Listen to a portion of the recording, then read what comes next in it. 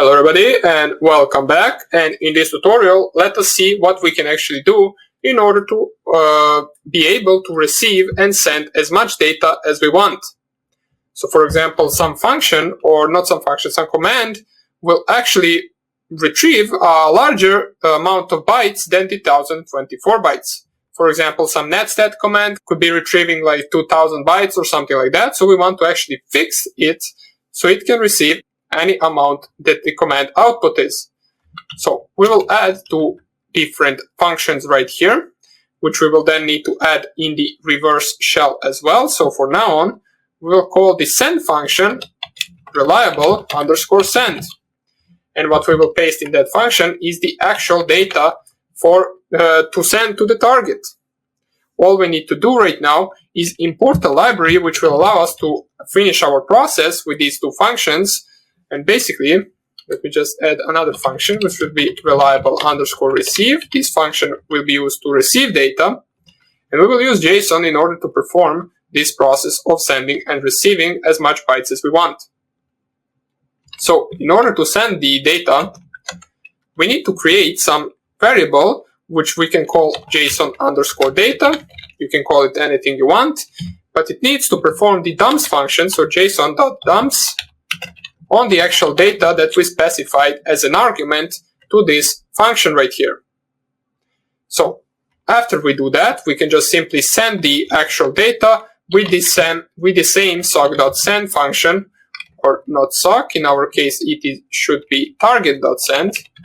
Since we specified the target to be the actual socket object for the target machine, we need to target.send, and what we are sending is the JSON data. So this is the actual entire sending function, and we will be using this reliable send function to send any data from now on. We will not be using target.send anymore in any case. Now we want to code the reliable send.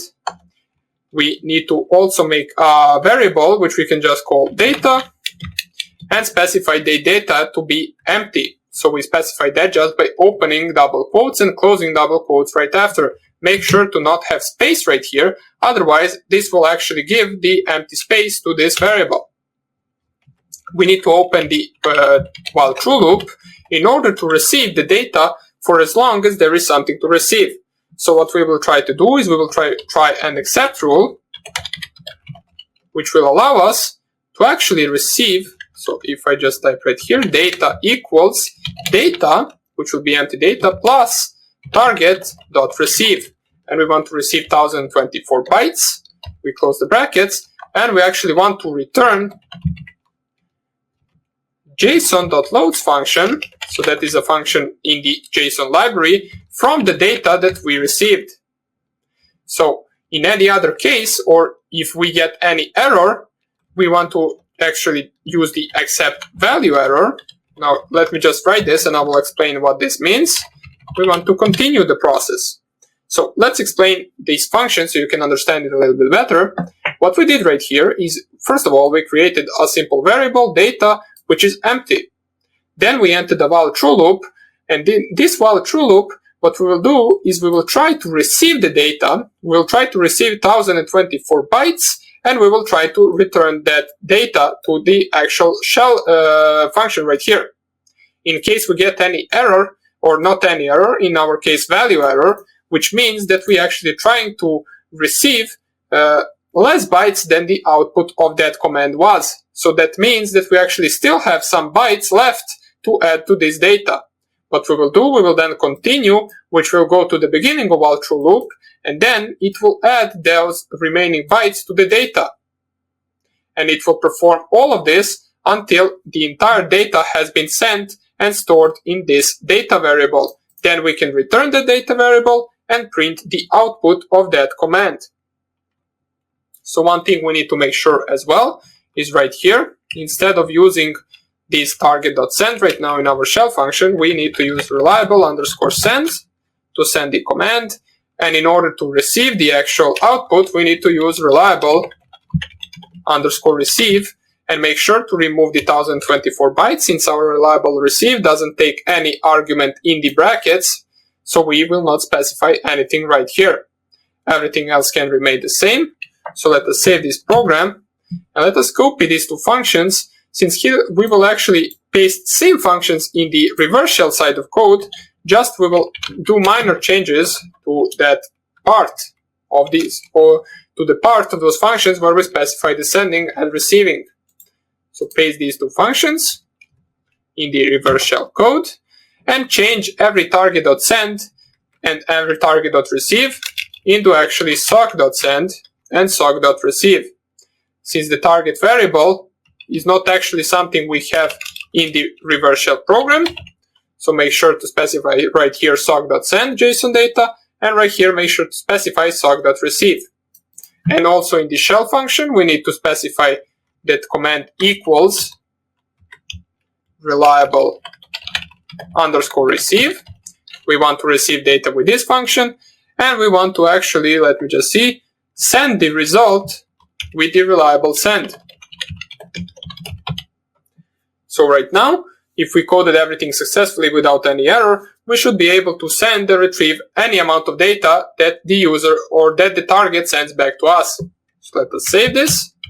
Let's test our program to see if it works. Let me just put this down here. Run the server. We are listening for incoming connections. Then run the reverse shell.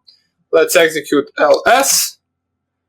Global name JSON is not defined. Okay, so in order to fix that, the reason why the global name JSON is not defined is because in our reverse shell code, we forgot to import JSON library. So make sure to have imported JSON library in both server and reverse shell code. And let us run it once again. Okay, server already, or pardon me, address already in use. We will just restart the terminal as I showed you before. Once you get that, just make sure to restart the terminal. Run the server once again.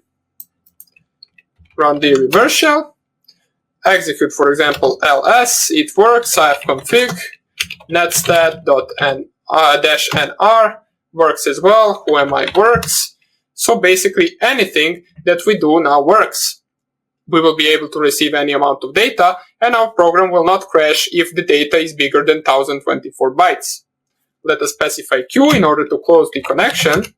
We can see it worked perfectly, and our program is now even better than it was in the previous video. We got a fully functioning reverse shell that can only execute commands from now on, but what we will do from now is actually specify some different things that our reverse shell will be able to do, such as, for example, download files, upload files.